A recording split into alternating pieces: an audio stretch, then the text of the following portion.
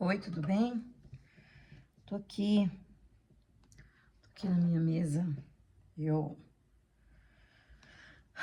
comecei a usar minha máquina de costura de novo. Tem umas coisas pra arrumar. E daí eu tava dando uma regulada nela, então tô aqui com esse negócio que eu enchi de costura pra poder regular os pontos dela. Eu tô tirando os pontos. Já regulei. Acho que toda vez que eu começo a costurar de novo, eu tenho que regular de novo, mas enfim. Eu fiquei me lembrando quantas vezes minha mãe ficava, né, costurando. Ela fazia roupa pra gente, muitas das roupas que a gente tinha quando era pequena, ela fazia. E principalmente pra nós, as meninas, ela fazia os vestidos nossos. E mesmo depois que eu cresci ainda, algumas vezes ainda ela fazia vestido, fazia saia. Eu me lembrei quantas vezes que minha mãe ficava até tarde costurando. E tenho certeza que ela tava bem cansada. Mas eu acho que eu nunca senti gratidão pelo sacrifício que minha mãe fazia por mim. Quando eu era pequena, né? Porque agora que eu sou mãe, eu sei quanto sacrifício a gente faz pros filhos. Eu sou tão grata pelo sacrifício que minha mãe fez por mim. Sou tão grata pela vida que ela deu pra mim.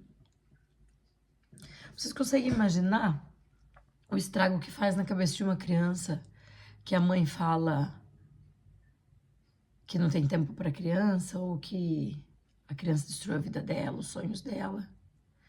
Eu já tinha parado pra pensar nisso, né? Uma vez, quando eu era pequena, eu lembro que eu ficava pensando, nossa, como é possível que minha mãe sempre tá assim, pronta pra cozinhar, pronta pra limpar a casa? Ela nunca fica cansada. Alguém vem lá e fala, ai mãe, eu quero comer, sei lá, estrogonofe. Ela vai lá e faz estrogonofe. Ai, eu quero comer carne de panela. Ela vai lá e faz carne de panela. Ai, eu quero comer pizza. Ela vai e faz pizza.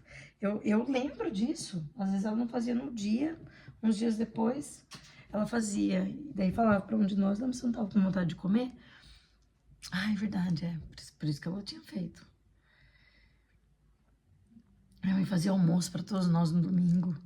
Sempre fazia, né? Tô falando do domingo, que era o dia que normalmente estava todo mundo em casa. E a gente ainda trazia amigos da igreja pra almoçar com a gente. Ai, que mulher maravilhosa que minha mãe é. Mas teve uns dias, talvez uns meses já, o William, meu filho pequenininho, ele falou pra mim, mãe, desculpe que é tão difícil ser nossa mãe. Desculpe que a gente dá tanto trabalho. Eu olhei pra ele e falei, filho, não é difícil ser sua mãe, eu sou muito grato que eu sou sua mãe. Mas a mensagem, que as minhas atitudes, que as coisas que eu falava estavam mandando pra ele, não era isso. Não era de que eu era muito grata de ser a mãe dele. E eu, não sei se eu já compartilhei com vocês, tem um livro que eu gosto muito, isso eu sei que eu já compartilhei, da presidente das moças da igreja, presidente geral das moças, né? Presidente Freeman. Eu tenho um livro que ela escreveu, muito lindo.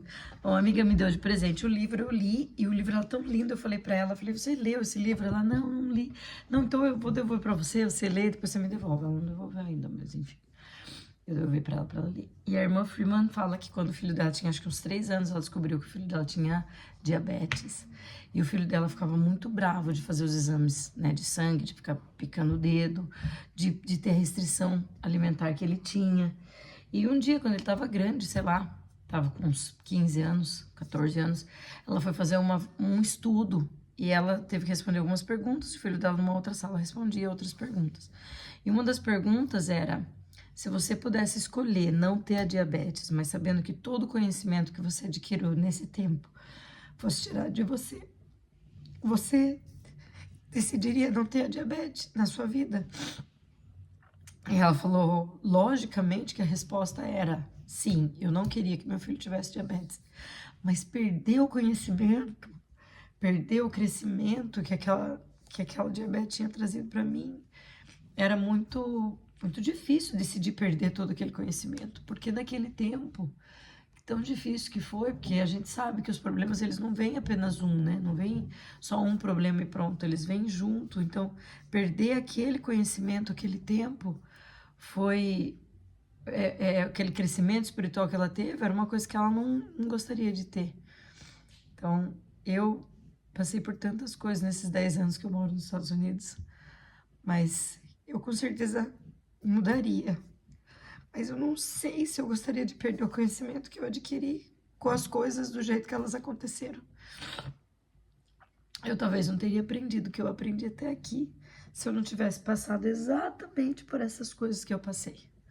Sou grata pelo conhecimento que eu adquiri. Sou grata pela misericórdia do Pai Celestial por ter me forçado a aprender o que eu tive que aprender.